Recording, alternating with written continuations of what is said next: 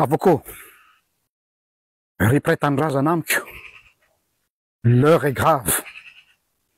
Le pays est dans la merde jusqu'au cou.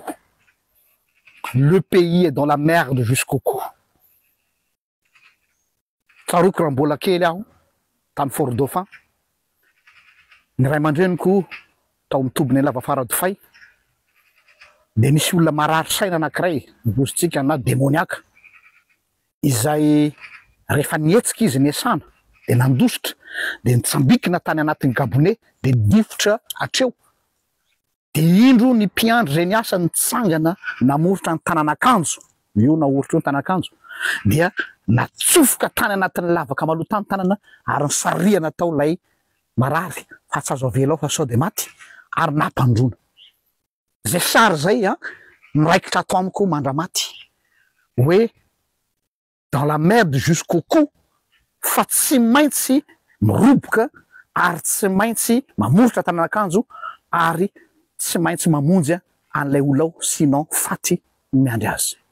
Tsisy tsony hoe rikoriko raha ohatra ka ny aina no ambony. Zay sary zay koa no sary hitako amin'ny firenetsika am'izao fotoana zao.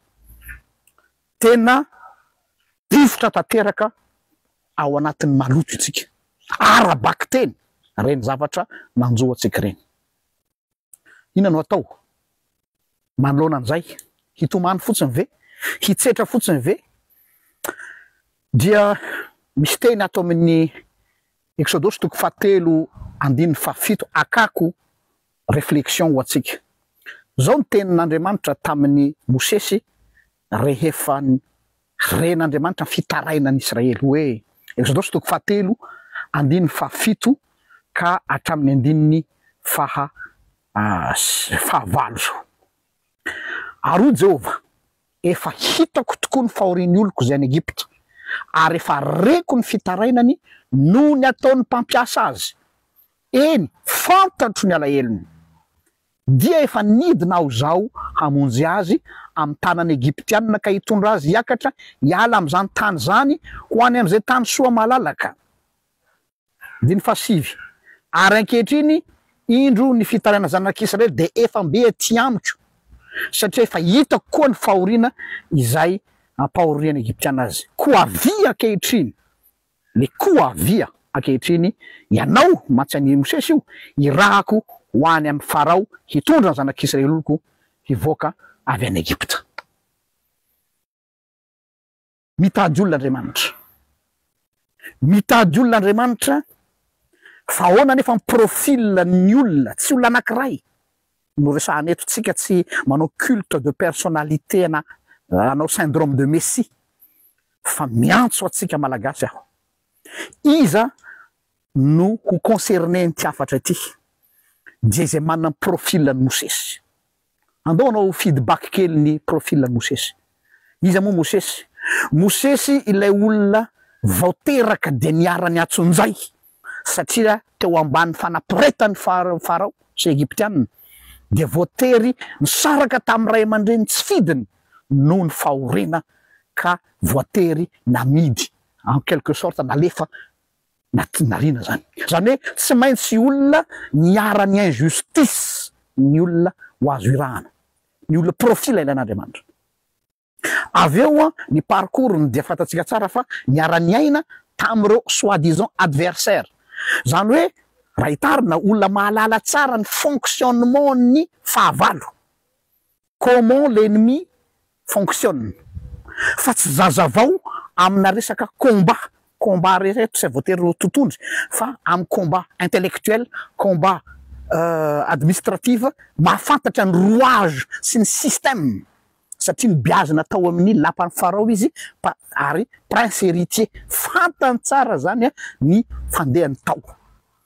Ary rehefa tao izy dia efa nahita ny tsirariny natao tamin'ny rahalahiny, fa tsy mbola afaka nanao inona satria io tonga am'le teny hoe au bon moment au bon endroit. Tsy ianao no midécide hoe hanao an'izao fa rehefa tonga le atao hoe kairos, le temps de Dieu, zay vao nisy. Tonga le fotoana iny izy nandatsakaina ny miaramila iny hoe tsy vitako intsony nijery maso fotsiny ny famonoana ny rahalahiko. Ka dia tamin'izay fotoana zay izy nanao le pas du non retour. Nanomboka teo bascule ny fiainany.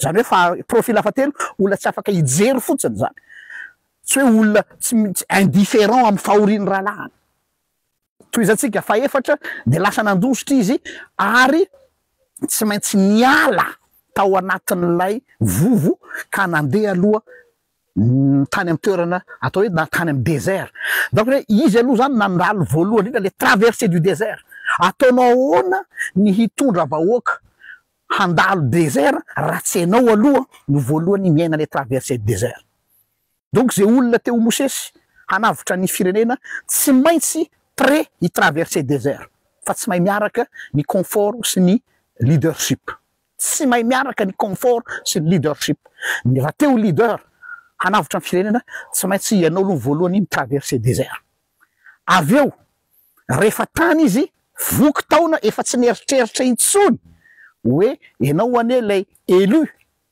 tonga ny fotoana an'Andriamanitra zay tsy tao anatin'ny eritreritany mandehana am'izay izy avotony zanak'Israely zany hoe tsy ao anatin'ny herinao sy ny tanjakao fa asehon'Andriamanitra amin'ny heriny amin'ny fotoanany donc mila olona koa zany mahay manao lecture ny fotoana le moment propice ity anefa no ampiomanina antsika izay mety manana io profil io ho ingrat ny vahoaka satria Mosesy rehefa nakany de tsy niaino azy ny olona ary azadino fa nikomy taminy aza ny olona hoe aleona ihany maty any anefitra any Egypta toy zay maty aty anefitra aza manantena reconnaissance ny vahoaka aza manantena hoe hanaiky anao mora ny vahoaka fa tsy maintsy misy refus io ary tsy maintsy misy résistance aloha zay zany fa ampiomanina atsika manaraka efa nampiomana koa Andriamanitra fa tsy ho moramora ny anafahana any Israely teo amin'ny Farao fa tsy maintsy ao anatina tempête de reny ny zavatra nitranga le loza folo zany hoe tsy maintsy misy bras de fer eo ary tsy maintsy misy zavatra mifandona mafy zay vao tafahala tany ny zanak'Israely izay rehetrarehetra zay fosiny atako hoe mitady olona Andriamanitra tsy ampy fotsiny miteny hoe Andriamanitra vonjeo ny firenenay fa nitoy any teo de hoe reko ny fitarainany ny oloko ka andeha ianao irahako isika ne mivavaka fotsiny hoe vonjeo ny firenenay de miandry tsika zero tsara nytoeny misy toeny efa reko izy ary efa nidinao fa izao mila any Mosesy aho ho irahako fantanina mipetraka eto zany de izavy no ho Mosesy satria iza ilay fa izavy de ireo le profil zay fanlazaiko reo hatrany amin'ny voalohany ivereno rehefa miaino anty vidéo ty hatrany amin'ny farany mitady olona Andriamanitra le pays est dans la merde jusqu'au cou noho zany raha te hamonjy ny firenentsika isika dia ireo no zavatra tsy maintsy miandry atsika fanontaniana mipetraka ary iza no irakay ozy izy de mivaliny ity aho irao aho ono izy Isaia ity aho irao aho samy hitain'Andriamanitra tompoko